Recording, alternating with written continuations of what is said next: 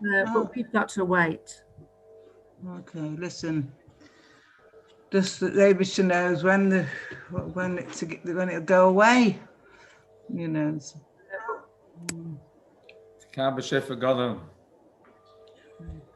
Purim, what's happening, Purim? We were just talking about you today with Adela, with Eddie, usually the one who goes out collecting. I remember last year.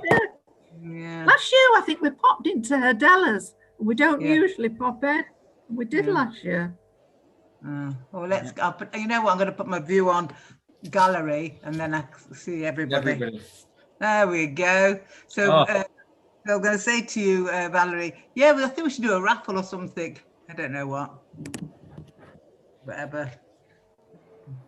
You start fundraising earlier this week. I'm not saying give. Whoever wants to give will give. And that's correct. They all know about Tamim Alev. Yeah. Oh, Rochelle's on. And if they usually give, so they'll give. Yeah. You're still in lockdown? Rochelle. Yep. Rochelle, say hello to you. Not seeing anybody. No, the thing on. Who's Galaxy A10? We're doing well tonight because two of us still got our cameras on. Nobody shows by the time we get this far, the cameras are switched on. Talk to a bunch of black boxes and you believe that someone's listening, but it's good. Baruch Hashem. Not worried, it's better that way. I can convince myself, I can say whatever I want. Yeah, we've got to learn. We learn Torah, the Ilid Nishmas and the Schus. Amen. Mishpacha. What a special person. Says the Ilid Nishmas, Rebbetzin, Simon, Allah Shalom. Still in the Shiva. But we're going to learn a loaded Parshah. A loaded Parshah. Let's do some screen share here. And we'll start off with the first slide, if we can find it. Here we go. Oh, no, that doesn't look quite right. Let's try it again. How about this one? Still not? Yeah, looks about right. No. The third time lucky, we'll get it right. Okay, if not, we'll have to do with that. Let's do this. Escape that. Admit that. I'm in. Oh, welcome aboard, Mrs. Abrams. But we're getting worried. You have okay, I'm on the phone. Here. Wait. Oh, you're on the phone. Beating the system, I think it's called. You have a few friends who are saying hello to you from all over the world here. Rochelle. Hi, Minna. How are you? How are you? Baruch Hashem. You? Yeah, Baruch Hashem. Lovely to hear your voice. Yes, nice to hear yours as well. Oh, you make it feel very good. Oh, thank you. Oh, good. So nice to hear you. How's everybody? Everybody all right? Baruch Hashem, everybody. Yeah, everybody's absolutely fighting fit. Baruch Hashem. At last, yeah. And that's Baruch Hashem. Okay, we're diving right in. And we're going to start off with our three-step program. We start off first with what's going on in the Yiddish calendar this week. We then go from there to what's going on in the Parshah this week. And then we try and find one relevant, practical life message from the Parshah, Chassidus message. So what's going on in the calendar this week? Very big, especially for our women's share. This week, let me turn off this beep. For a women's share tonight, this week we have Rebbetzin Chaim Mushka's Yartzeit. Wednesday night, Thursday, Chof Beis Shvat, the Rebbe's wife. Oh, Eishes Chayil, to say on a whole new level. Let's just say one major point, which is the idea of Kol Kvuda Bas Melech Penima. David HaMelech writes to us in Tehillim that real honor, that people like to share and be honored by others, Kol Kvuda Bas Melech, a princess understands that the covet, the real honor is Penima, is internal, and doesn't get carried away with externalities.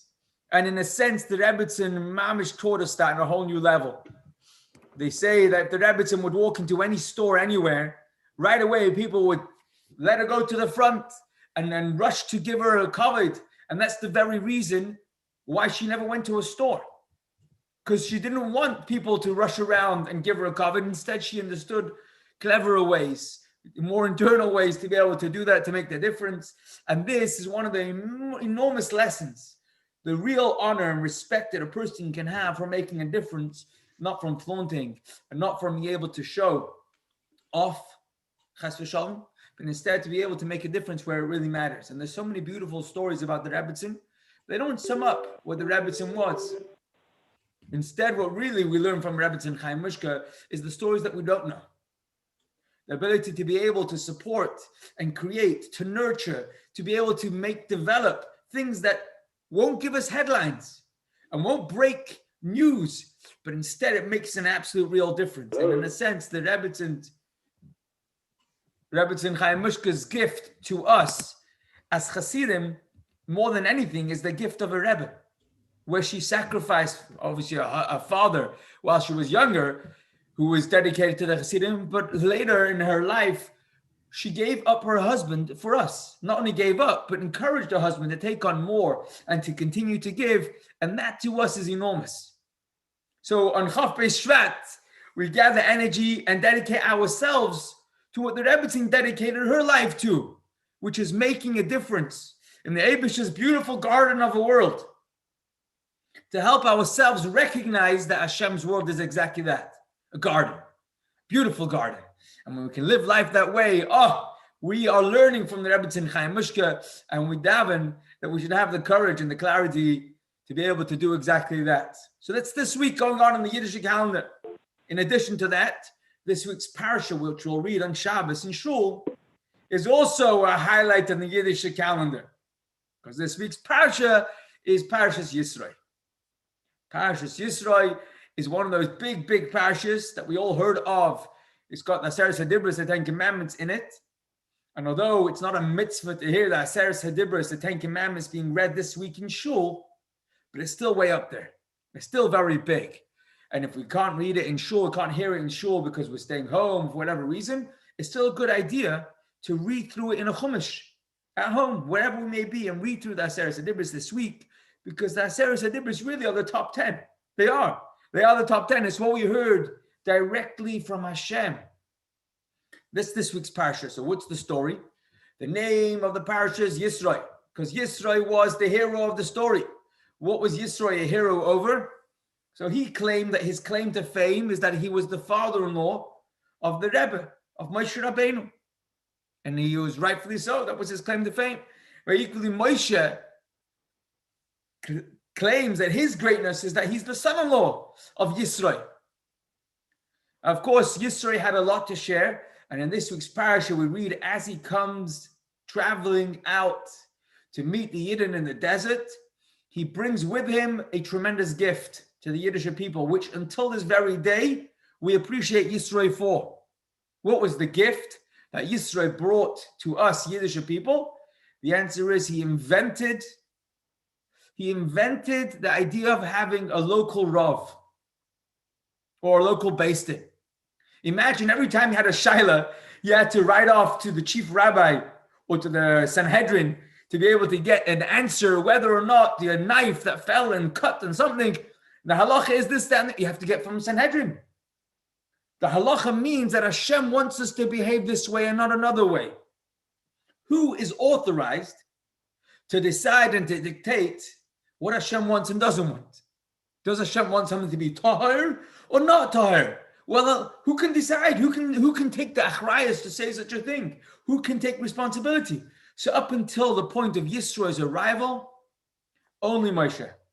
Only Moshe Rabbeinu decided whether something was kosher or unkosher, right or wrong, chayav or potter. And people lined up for hours and hours with their shailas.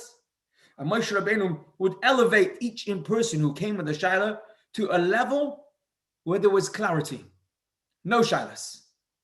And the questioner was lifted up to a level of kedusha where it was clear exactly what Hashem wants.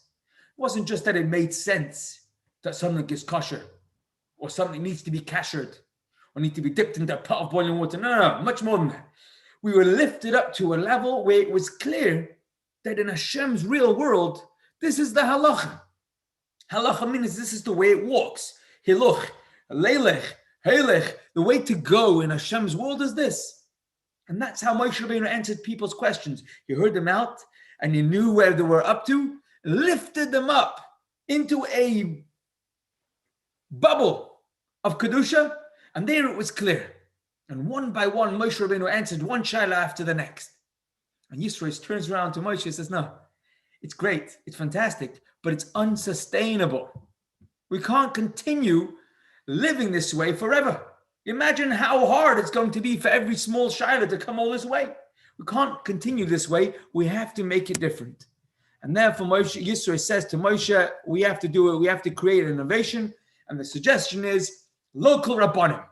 Just to give you an idea of what it means to have a local rav, if your rabbi is able to answer your question on WhatsApp, text message, Facebook, or just by phone call, that's a local-ish rav.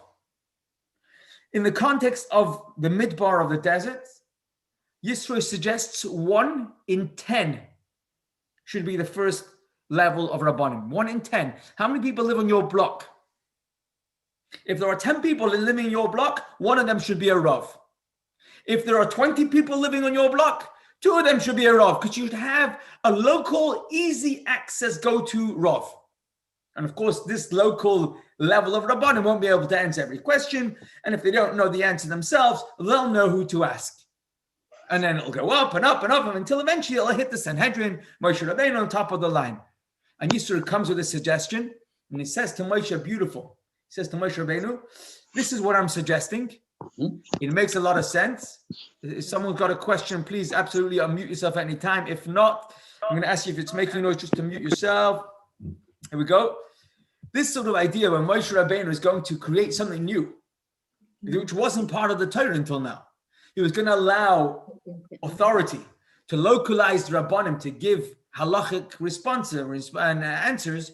That Yisro was wise enough to tell Moshe, do it if Hashem allows it. Why? Because all innovation is great, providing it's within the framework. Good ideas are good, doesn't mean it has to be done until it's got the okay, the green light. And Moshe Rabbeinu asks Hashem, and of course Hashem says yes, and that's why until this very day, we have access to halacha on levels that are being made more and more available. And that is all a derivative, a spin-off of Yisro's innovation this week. Thank you, Yisro. Yasher koyach. Thank you for coming to town. It's good. But it goes further. The story continues that the Yiddish people are around the mountain, around the Har Sinai. And while we're there, there was tremendous achdus.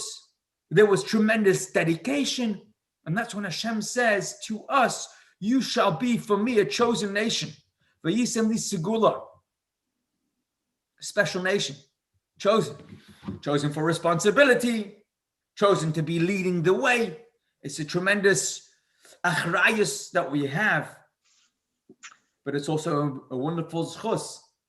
And in this very parish, we also have the famous quote, Na'aseh v'nishma, or at least this time, it was in the Mishpatim that we said it, but it's in this stage, in this day that we accepted to dedicate ourselves to whatever Hashem is going to say. Now tell us what's there. We signed the contract and then said, now that we've signed it, we better read it and learn what's inside it. And why did we do that? Because we knew that the details of the contract will be far less important than the other party that we're signing a contract with. In other words, regardless of whatever condition was in there, was worth it to be in a relationship with Hashem. Tremendous gift of Torah is that Hashem says, not only will you be my creations, it'll be a two-way relationship. And Hashem says, please marry me. What we're going to say? Well, let's see the terms and conditions. Let's decide if it's worth it. No. If Hashem says, will you marry me? We immediately said, yes, absolutely. Now let's figure out what we need to do in order to make it happen. Na'aseh v'nishma.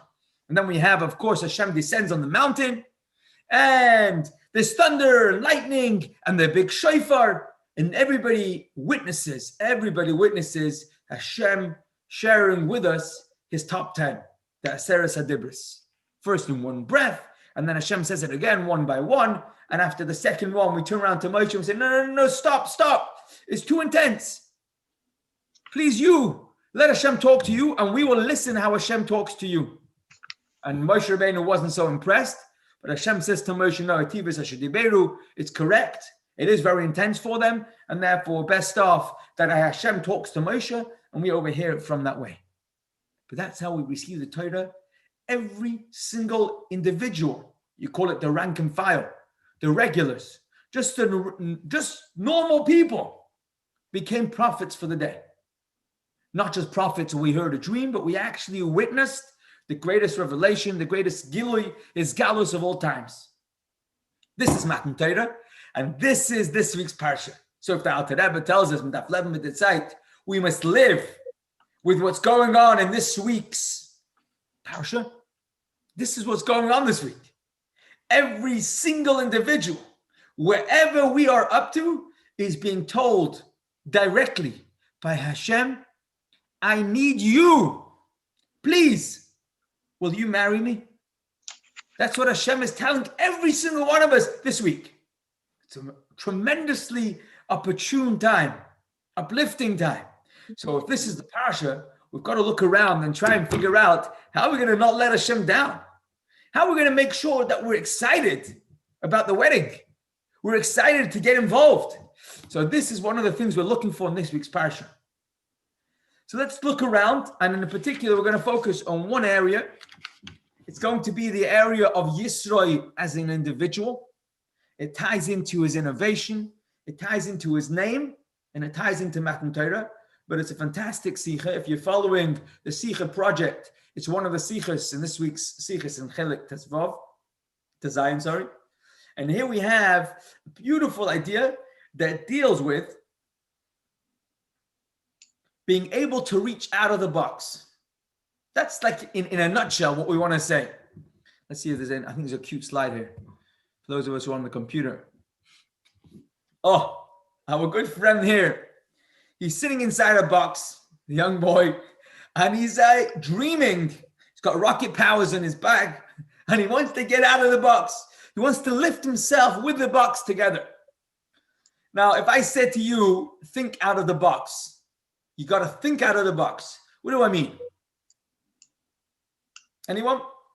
Help me out. Unmute yourself because I can't hear when you're muted. Be creative. Be creative. I like that. Anyone want to add to that? Well, we tend to just do what we've always done, and we're like scared to sort of, we just stay in our own, we set our own box. That's the truth. So we need to get out of that. Do something we've never done before. Yeah. Okay. I like that. Thinking out of the box. Anyone want to add to that? What does it mean to think out of the box? Some people call it lateral thinking. So lateral thinking. Yeah. So not the straight way, but rather thinking in a bit of a circumstantial, but then more inclusive way, maybe.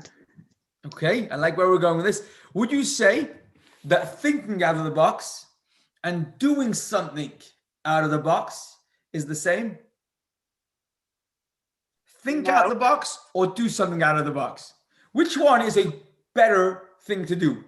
To think out of the box or to do something out of the box? Do it. If you're thinking something good, you better do it. Okay, I like that. But usually when someone says do something out of the box, it's like almost like saying do something crazy. Do something not normal. Think out of the box means you think creatively. To do something out of the box, it could mean do something creative, but more times than not, when we say do something out of the box, it's like do something that no one's going to expect you to do. It doesn't sound always a very good thing. Sometimes doing something out of the box isn't ideal. And we're going to go along the lines of saying, yes, indeed, thinking out of the box is great. Doing something out of the box is creative, but has to be used with caution. And today we're going to focus on that although doing things that are abnormal, out of the box, isn't always a good idea, it is at the same time a very important idea to sometimes do things out of the box. And that's what we want to focus on. Because like we were saying before, we do certain things every day, or we do it the same way each time. And sometimes it's not only about thinking out of the box and thinking creatively, we have to be willing to actually do it and do it out of the box. And this is where we want to focus on. And we're going to call it for today, for the purposes of this today's Sikha, we're going to call it the Yisro ingredient. The Yisro ingredient, which we're going to learn, is essential to being human. It's essential. So let's start off from the beginning. The way it's laid out here, it's not necessarily the way it's laid in the Sikha, but it's good. Okay, this is the pasuk from this week's Parshah that describes Moshe Rabbeinu Moshe Rabbeinu's father-in-law, Yisro, coming to town. Where does Yisro live? Anyone? Midian. Midian. Yisro lives in Midian. We've known about Midian before because that's where Moshe met his wife. Yisro's daughter, he met him in Midian. There's the pasuk. Vayishma Yisro kohen Midian chosim Moshe. Now Moshe's father-in-law Yisro, the kohen of Midian, heard all that Hashem had done for Moshe and for Yisro, his people, and that Hashem had taken Yisrael out of Mitzrayim. Skip a few psukim. Moshe, his father-in-law Yisro, and his sons and his wife, as in Moshe's sons and Moshe's wife, Tzipora, came to the desert where he was encamped at the mountain of Hashem. And Moshe tells his father-in-law all that Hashem had done to Parai and to the Mitzrayim on account of Yisrael, about all the hardships that had befallen them on the way, and that Hashem had saved them. Okay, this is the pasuk. The pasuk continues. Yisro was happy about all the good that Hashem had done for Yisrael. He had rescued them from the hands of the Egyptians, and thereupon Yisro says, Yisro, Baruch Hashem. If anyone ever uses the quote, Baruch Hashem, you have it in the Torah. Baruch Hashem, says Yisro. Blessed is Hashem, who has rescued you from the hands of the Egyptians and from the hand of Parai, who has rescued the people from beneath the hand of the Egyptians. So Yisro is excited. Yisro is uplifted. He says, oh, I'm so glad. Baruch Hashem, I'm so happy. Blessed Hashem that he saved you from the Mitzrayim. Whoop. So then here's the last paragraph, last two paragraphs. Now I know that Hashem is greater than all the deities from with the thing that they plotted, he came upon them. Ato yodaiti. Now I know Hashem that the Eibishter is greater than all getchkes, all gods. Because in the same thing that they plotted, he came upon them. And then Moshe and his father-in-law Yisro sacrificed burnt offerings and peace offerings, oilos and shlamim, and Aaron and all the elders of Yisrael came to dine with Moshe, his father-in-law, before Hashem. Moshe Rabbeinu became the waiter, and of course, a celebration must include food. So they're dining, they're eating shlamim, they're eating peace offerings, they're eating kabbanis, a celebration to Hashem. I want to focus on for a second the second to last paragraph in it. Now I know that Hashem is greater than all the deities. How did Yisro know that Hashem is greater than all other gods, all other idols or faith systems or beliefs?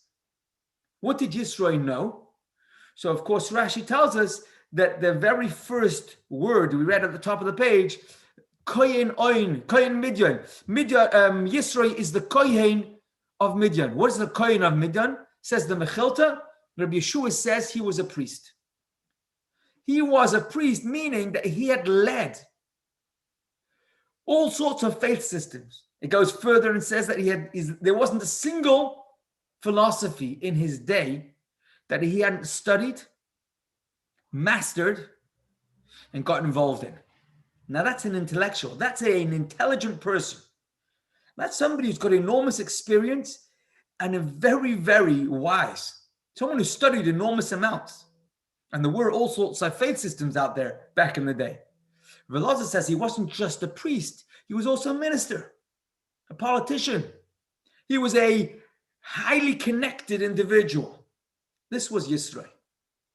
So Yisro is this well-connected person, very, very talented, learned, and a scholarly man. And he comes out to the Midbar. And then when he hears all the different miracles that Hashem has done, he says, wow, ki badavar asher zadu aleihem. The same measure that the Egyptians had used to try and hurt Klal Yisrael, the Jewish people, that was the same measure Hashem had used to punish them back, measure for measure. Why did Yisro take note of this? Interestingly, there's a midrash that tells us that Yisro was actually on the advisory board. When Pharaoh was making a plan of the final solution, trying to get rid of the ever-increasing Jewish population, and he came up with the plan of throwing the boys into the river Nile, on that advisory board were three great minds. One of them was Yisro, the other was Eiv and Bilam. And Yisro was the one who had turned down and said, no, don't do that, because he recognized the greatness of the Yid. But he also knew that the Egyptians went ahead with the plan, and that's why he left town. But when they went ahead with the plan, they tried to hurt the Yiddish people through water. And how did Hashem punish the Egyptians in the end? How did he get rid of Pharaoh's entire army? Through water. Kriyas Yamsuf. Mida, connected Mida, measure for measure. Says Israel, wow, this is enormous. This is very special. That Hashem has the power to punish with whatever he wants, however he wants, and therefore is able to carry out measure for measure, because nothing is outside of the realm of Hashem's single power or singular power. This is enormous. This is the Rabbeinu Shalom.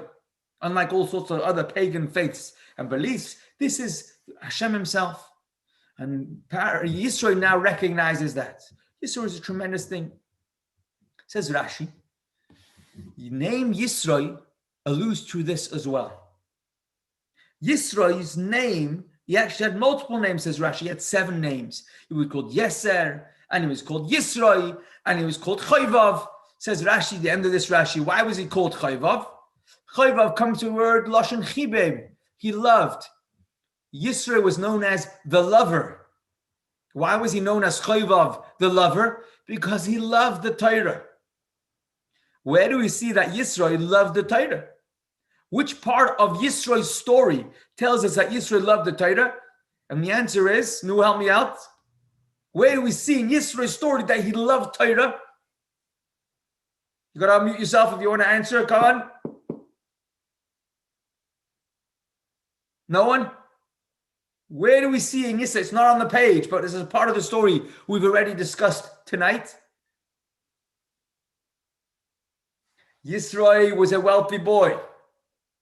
Yisro was well connected. He had a good, nice home. He had whatever he wanted. He had fame, money, power, you name it, he had it. And what did he do? He picked himself up and traveled out to the desert. And he came to be with Eden to receive the Torah. What does that tell us? That he was willing to give everything else up in order to get the Torah. This is out of pure love.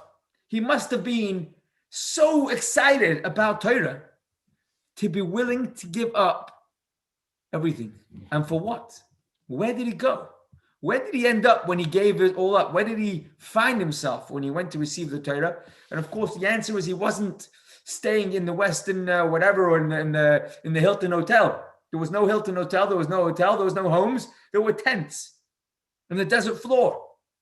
And that's the way he went to hang out. And that's the way he went to spend time. Yes, indeed, he did get covered there because Moshe Rabbeinu made sure he did, but he didn't know that before he set out. Not only he didn't know that, he knew what he did know is that the Yiddish people are out there in the wilderness. And not only out there in the wilderness, are still already then, but still the hated nation. Amalek had already come hundreds of miles just to try and attack this budding nation because they were already known to be the almost enemy, but the hated nation. And Yisro throws everything he has away to make his way out on his own with his daughter and his grandchildren, but to make his way out, to leave it all behind and to come together with the Yidden. He was ready to receive the Torah. That's why his name is Chayvav, lover of the Torah. He was willing to give it all up just in order to be able to be one of those that would get the Torah. And this is tremendous. This is a big Yisro accomplishment, achievement, noteworthy, praiseworthy. So praiseworthy that we're going to read here a quote from the Zohar, which is our next text over here, where the Zohar says, actually, Hashem waited for Yisro before he would give the Torah. Hashem waited for Yisro. It says the Zohar right here, also Yisro kumra ilah v'ravrava. Yisro, the greatest of all pagan priests, arrived and swore fealty to Hashem, stating, Ato Yodaiti, now I know that God is greater than all deities. It was at that moment that Hashem's glory was resplendent in both the greatest heights and lowest realms. I guess that means available, istalic. Oh, it was spread. It was clear and obvious in both the greatest and highest, and at the same time, the lowest of realms. All of creation recognized and was experienced the greatness of Hashem when Yisro, who represented all of paganism, came and gave it all up for the sake of Hashem, and thereafter Hashem gave a perfect Torah that reigns supreme over all else. Only once Yisro came, Yisro who represents all of paganism, and he came and said all of Avodah Zarah is given up. Instead, we want to vote for Hashem. Now Hashem will give us the Torah. It's a big statement. It seems like a little piece of the Zohar. Just a few quotes. There are many paragraphs throughout the Zohar. One more paragraph. But when we read it slowly, and we think, what is the Zohar telling us? That the Torah was only given after Yisro did what he did. Almost implying that had Yisro not shown up, had Yisro not come and done what he had done, maybe we wouldn't have been ready to receive the Torah. Perhaps we would have been delayed to be able to receive the Torah. And this is a big deal. This is what we want to focus on.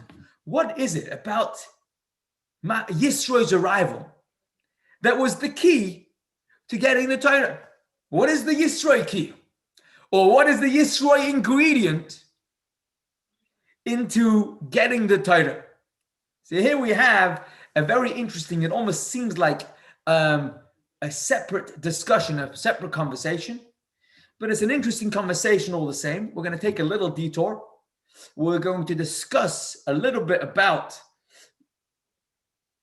people, human beings, and then we'll come back to what Yisro brought to the table in order to enable us to receive the Torah, because human beings are complex. Human beings are creations at the top of the line, and Hashem created us complex creations because we can make a difference. We can make a difference, and it's important for us to remind ourselves that we can, and we do, but we should remind ourselves that we do and that we can. So here's what we want to do. We want to discuss human beings, and in particular, I'm going to ask you the following questions. Let's do one question. Let's sum it up and bunch it up into one.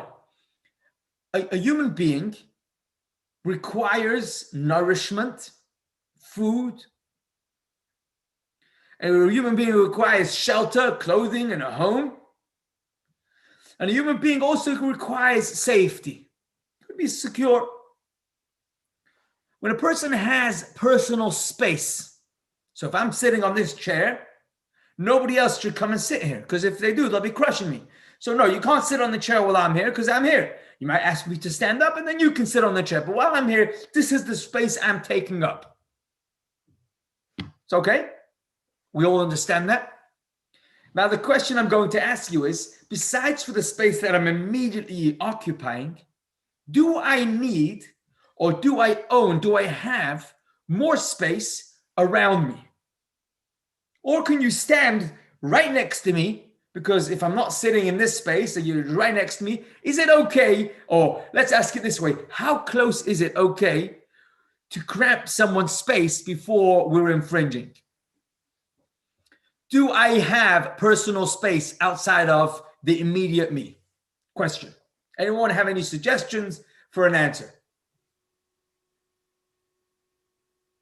Sure you Yes. do. Yeah. Sure, everybody has personal space. I guess it depends. Like if it's your grandchildren, you don't care if they invade your personal space. But it is your personal space they're invading. Well, they're not. Well, I guess that's And with your debatable. permission. Yeah, correct. Okay, that's Obviously, great. I like that answer. So we have personal space, and sometimes we allow people in. That's okay. That's okay.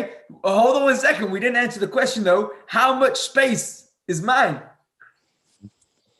It depends actually on culture. So the studies that show that in different cultures, different closeness or otherwise is considered okay or polite or the norm. Yeah, amazing. I just want to share along those lines in the New York subway. If you get onto the subway and it's an empty cart. So if I'm sitting down on one chair, is it polite to sit down on the chair directly next to me? Or is it understood that you at least leave at least one chair in between? And it's interesting to see different types of New Yorkers who do have this notion. And there are those who don't even begin to understand the difference. Like, what do you mean? Why should I not sit wherever I decide to sit? But that same sort of idea, how close should I get or not get? So are we saying there are no rules? Is it totally dependent on what people feel and there's like no right and wrong?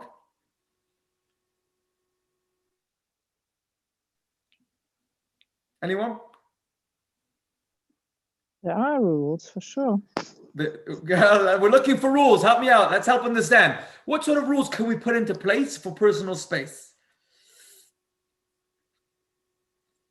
I see no one's talking up. When there's more space, then it's more polite to give more space. When it's very packed, like there's a big concert and everybody wants to get in, then it's okay to be close together because everybody understands that the others also want to hear it. Right. First of all, people want to get in, and also I think the crowd maybe lends itself when there's a lot of people together.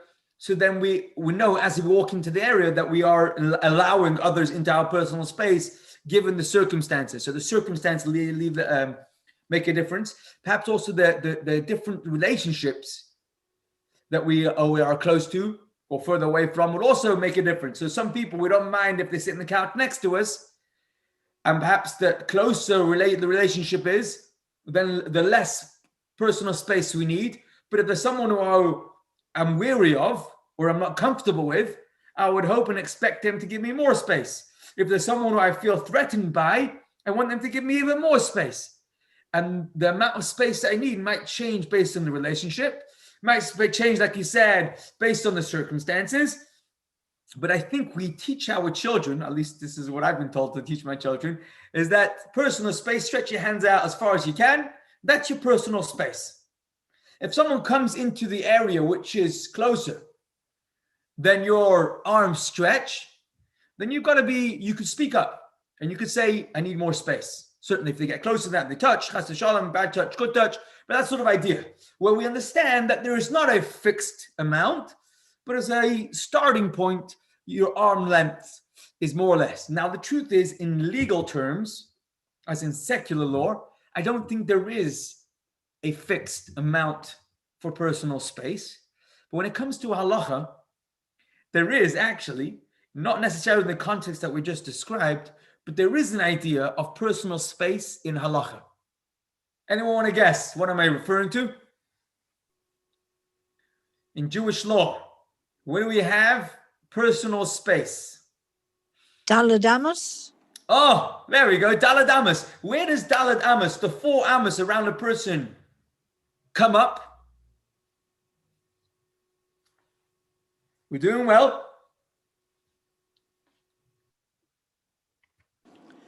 Do you mean this? I mean, when you're davening, we should leave somebody Daled Amos around their space so you don't invade their spiritual space. Yeah, when someone's trying to concentrate and they're trying to daven to Hashem, we shouldn't walk in front of them. We shouldn't even sit down, even if it's on the side, perhaps even behind them, but give them 4 amos of space. If I'm further than the 4 amma mark, then I can stand or walk if I have to. And I still shouldn't try to disturb them, but I'm allowed to walk past them or sit down. How far is 4 ammas? Depends how you measure. Just over around 6 foot, let's say, for now. But let's do a few more halachas on the screen. So here we have stating it clearly: 4 amma cubits surrounding a person are considered his or her personal space. Dalad amas, mekayim shel adam hu arba amas. Here's the Rambam, and the Rambam is talking about being koine, kinyan.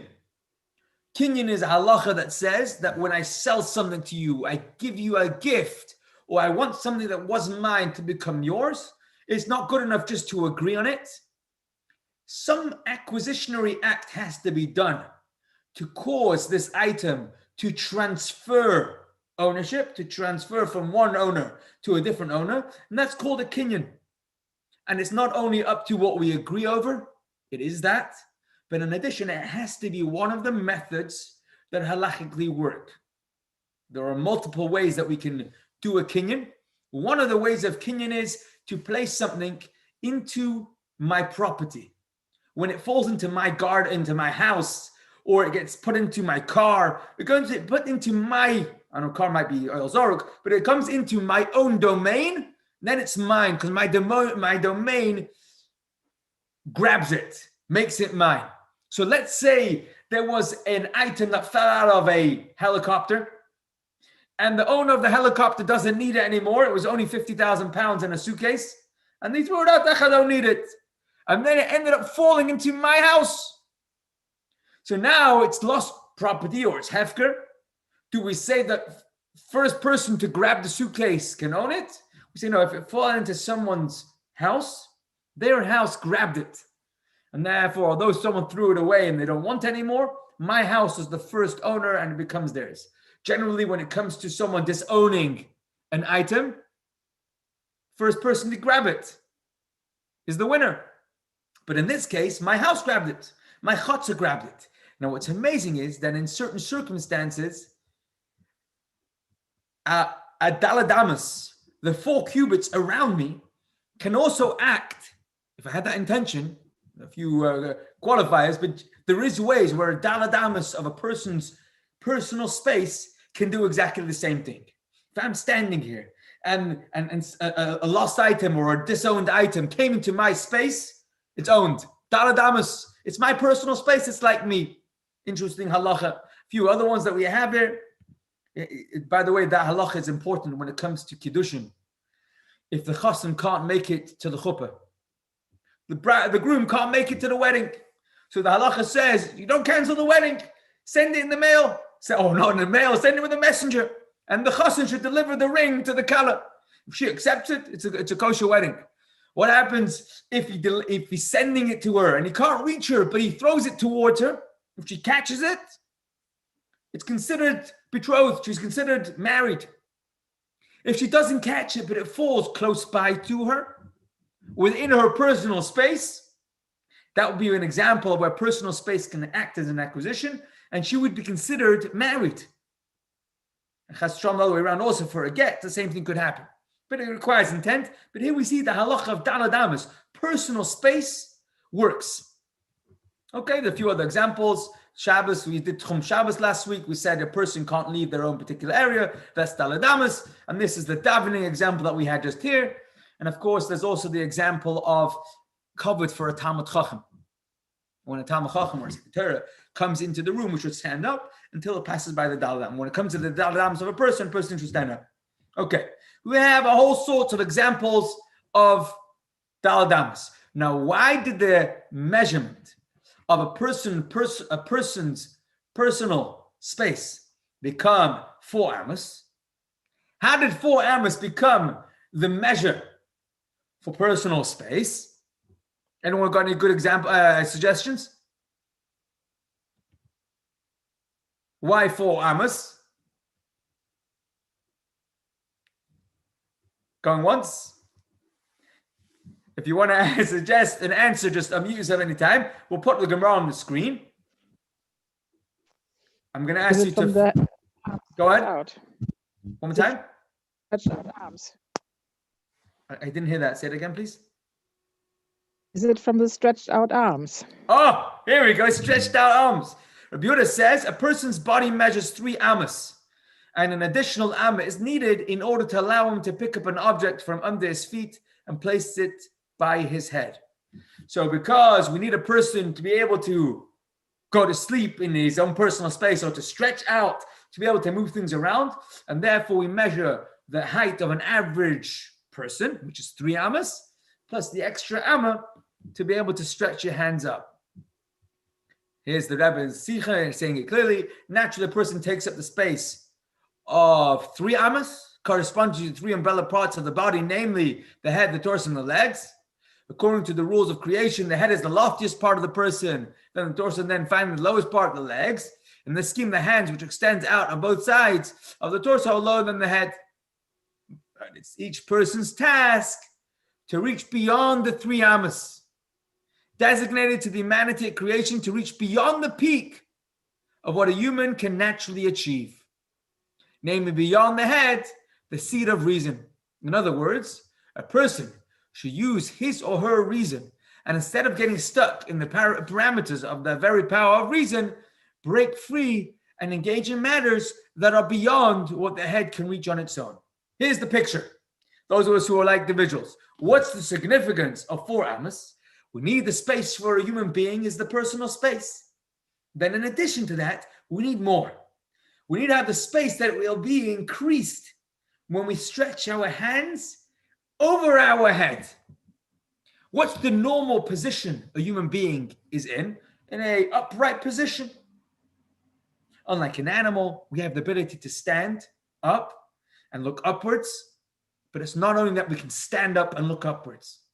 We can then stretch and reach higher than our head. We can stretch over our head. And here, says the Rebbe, and now we have an understanding in the Sikha about why a human being needs to have 4 amas. It's important to note that the halacha doesn't just pull things out of the hat. Halacha doesn't just make things up randomly. The reason why human beings need 4 amas is because less than 4 amas is less than the personal space you need. But why do I need more personal space than me? And the answer must be that persons need to be able to stretch taller. Human beings need to be able to grow even more than we are. And that's why the human position isn't just standing upright. Arba amas. The human position is reaching higher than I am, and that's humanity. That's what it means to be a living human, to be able to stretch over. Of course, if we throw the Kabbalah in, it gets even more exciting, where we have Machshava Dibur and Maisa, or more importantly, we have the Seichel and the Midos and the Maisa, which is Malchus. And the idea is that we have to take our arms, our hands, our ability to transform, which the hands are either Midos or the action part of Midos, which is a Maisa, and we need to be able to do things that are above our highest parts. Human beings are very intelligent, very clear, the crown of creation. What makes us the crown of creation? We can talk, we can understand, we can think, we can communicate. But we have to be able to do even more than that. And how do we do that? When we reach up higher than this. This is a human being. Where do we learn this from, says the Sikha? From Dalad Amos. 4 amas, not 3 amas. Personal space. Next time someone says, I need more space, you can smile to yourself and you say, oh, what a chassid. Someone needs more space. Of course we need more space. Not to leave it empty, but to grow into. We need more space, correct? Of course we need more space. Says the Rebbe, now let's take this back, this whole concept, this whole idea, and bring it back home to this week's Parshah, and to what it means to have the Yisro key, the Yisro ingredient, which isn't just another piece of flavoring. It's like the yeast that turns a dough into a dough. This is the Yisro key. The Yisro ingredient is what makes things become human. And before Yisro came to town, the Torah wasn't going to be given. Now that we have the Yisro ingredient, now Hashem's, now let's give the Torah. Well, what's this Yisro ingredient and what did he bring to town? He didn't just think out of the box. He was willing to do something out of the box. He was willing to shock himself. He was willing to shock everybody around him. You can call him crazy. You can call it abnormal. He didn't do this every day. He was a very balanced, well thought through, intellectual, you can call him, a very scholarly man. But all of that led him to realize that as much as his brain understood, as much as he got his head around it and he felt it and he experienced it, it wasn't going to be enough. He had to do something over his head. Crazy. Out of the box. Do something that no one else would do. Do something that people will say to him, what are you, Meshuggah? And he would say, yeah, this is Meshuggah, but this is right. And it's right not because I understand it, but it's right because I understand how important it is. It's more than I understand. It's beyond what I understand, but I need to do it because I know how right it is. I know how much Hashem wants me to do this. And in a sense, this really sums up what the Torah was for us. Because if you think about it, the Torah, which is Hashem's chachma, Hashem's wisdom, it doesn't make sense that we should be able to understand Hashem. Why not? Why does it not make sense for us to understand Hashem? Because we are created by Hashem. And Hashem's title isn't just creator. One minor little tiny thing that Hashem happened to do was become creator of 7 billion people who live today, plus all our ancestors and the galaxies upon galaxies that are part of creation. We're all one of the minor little tiny things that Hashem did. He acted as creator. He acts as creator. And we are but one of those tiny little creations. Are we convinced that we could understand the slightest bit of Hashem's chachma, Hashem's wisdom? Of course not. But Hashem gifted us with something which is much beyond anything we can imagine. Even us compared to our galaxy, us compared to the sun, the creator of all this, the creator of everything. Why should we understand him? And Hashem says, I want you. Please, will you marry me? Can I have a relationship with you? But before he was willing to do that, before Hashem was willing to open himself up to us, he watched and waited for one thing. Let me just see creation, humanity, be willing to do something that is bigger than themselves. They're willing to take, we call it a leap of faith. Yeah, something that will stretch them beyond themselves. Because otherwise, they'll never grow. Otherwise, they'll never be willing to stretch that I can't have, because they'll never grow into a Torah people. The Zohar has a beautiful mashal. Let's borrow some time and do the mashal. Mashal Mahadavadaimer. Wrong mashal. Yep, there we go. Come look. What a person wears is visible to all. And only the foolish will look at a person with nice clothing and look no further. The body and its clothing are a metaphor for the body and the soul. The Torah has a body, namely the mitzvahs, which are very dressed up in the terms of our world, like a body in clothing. So we have mitzvahs, and we have all sorts of intelligent ideas that Hashem shared with us in the Torah.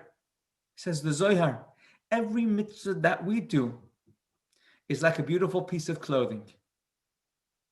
Every time we understand the good shear, that's like a beautiful piece of clothing.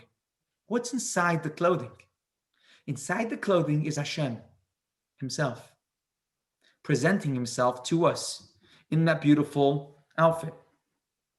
Says the Zohar, though, the foolish only look at the clothing, namely the stories of the Torah, and do not bother looking to see what lies behind the clothing. The person inside that beautiful dress is the real deal. Hashem is inside that mitzvah.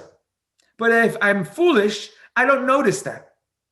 You can call it tick box Judaism. What's tick box Judaism? I have turned enough pages in davening today, and therefore I can consider myself as somebody who has already davened.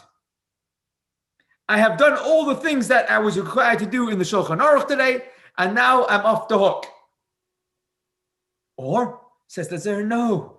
Notice that every opportunity of davening, every opportunity of a mitzvah is Hashem presenting himself to us by way of, in the form of, dressed in the beautiful outfit called a mitzvah. And that's what the mitzvah is. So just finishing off this read. But those who know better do not suffice with looking at the clothing alone, rather at the body that lies underneath the clothing, the person inside. The wise servant of the eternal king who stood at Har Sinai looked only at the soul of the Torah, the main part of the Torah. This is recognizing that however much I understand about Torah mitzvahs is only the clothing, But what's more important, the beautiful outfit or the person who will be inside it? When Hashem presents himself to us, he wants to know first one thing, that I know that however much I'm going to get, however much I'm going to invest myself, Hashem is much greater than that, and that's what he's giving to me. That's what he wants me to have. And when we can realize that, now we're ready for the Torah. When we realize that Hashem is giving us much more than a mitzvah, much more than an idea. Hashem is giving us himself. The person inside the clothing, now we're ready for that marriage. When we have the Yisro element, now we're ready. Now, how do we have the Yisro element? What does it look like in real life? What does it look like in real life to recognize that inside the mitzvah is much more than a mitzvah? This is what it looks like. A leap of faith. Trying to get to a place that I know I can never reach. Doing something, you call it out the box. Doing something that I know I can't do. Doing something that is bigger than me, it's beyond me, it's more than me. I know what I'm comfortable with. I know what I'm good at. I know what I'm capable of. Comes along Yisro. He says, Yiddish people, you want a Torah? Do something that's outside of that. Be willing to go beyond that. Push the bar. Do much more than that. The easiest way for us to imagine this is when we think about other people. Of course, it's much easier to talk about someone else than it is to talk about myself. So we use an example that might not be so relevant to us, but then we borrow that example and bring it back home. So the classic example is if somebody who's never kept Shabbos, and we say to them, switch off your phone for the whole Shabbos. Switch off your phone for the whole Shabbos, 25 hours, no phone. Think about it. Try and explain to somebody who's hooked on screen time 24/7. FOMO, fear of missing out. And we try and encourage them to not use a phone the whole Shabbos. What are we asking from them? In their mind, it's impossible. There's no way I can do that. What we're saying to them is that the mitzvah of Shabbos isn't just the mitzvah. The mitzvah of Shabbos is the Ribbono Shel Olam, the God Almighty himself, coming to ask you, please marry me. Please be with me today. Come with me for a day. Would you not switch off your phone for that? That's what we're asking from ourselves. We want to get the Torah. We want to be uplifted. We want to live a reality where Hashem is with us. We have to be willing to do something that just much past it. A Yisro element. And when we can do that, we're living Geula. We are living redemption style. Where we're living with the reality that the Ribbono Shel Olam is one with us. And the rules, the halacha, the guidelines that he's laid out for us aren't just guidelines. These are the beautiful clothing in which Hashem himself is dressed. Now that's a different level. That's Matan Torah. That's a gift called Torah. And the key to that is the Yisro ingredient. So what we're learning today is that yes, we can do things much more than us. We can stretch our hands above our head. And it's basic humanity to try it. And we're assured that when we do, Hashem is there to try and grab and will lift us beyond what we thought we can do. We'll actually be able to do it. Hashem should bench every one of us with the courage, with the commitment, with the excitement and passion to be able to do that. And the neshama of Mrs. Simon should have an aliyah. It should be a good to better. Ad Masa, enough is enough. And of course, we bet that she should bet Mashiach should come now. And we'll end off with saying Yashikoyach once again to our Mecham, Mrs. Leah Cohen, for sponsoring the content. And should be Besuras Tevis, Beteva Nirva Nigla. If anyone has any questions, observations, comments, or suggestions, please unmute yourself at any time. Thank you for joining. I look forward to seeing everyone again next week for those who can make it. Besuras Tevis and Kol Tov. Thank you. Thank you. Thank you so much. Thank you. Thank you. Very Thanks. nice. You're very welcome, Kol Tov. Any questions going once, going twice? Thank I've got one 10 minutes. question, Oh, questions. We love questions. but Please, it's go ahead. not really connected. It's very vaguely connected to what you're saying. I read, probably in the Chumash, that Yisro put Moshe in prison for 10 years. Wow. Interesting. When is this during the time when he was in Midian, right? Yeah. Correct. It's very interesting that Moshe Rabbeinu left Mitzrayim at the age 18, maybe, and he comes back to Mitzrayim at the age 80. That's a lot of years. And you start reading the measure of what happened to Moshe Rabbeinu's life during that long time. Very interesting. He was a king, all sorts of exciting things going on. But for some reason, it's not recorded in the basic reading of the Torah. And the simple understanding is that the Torah tells us what we need to know as a relevant lesson for all times.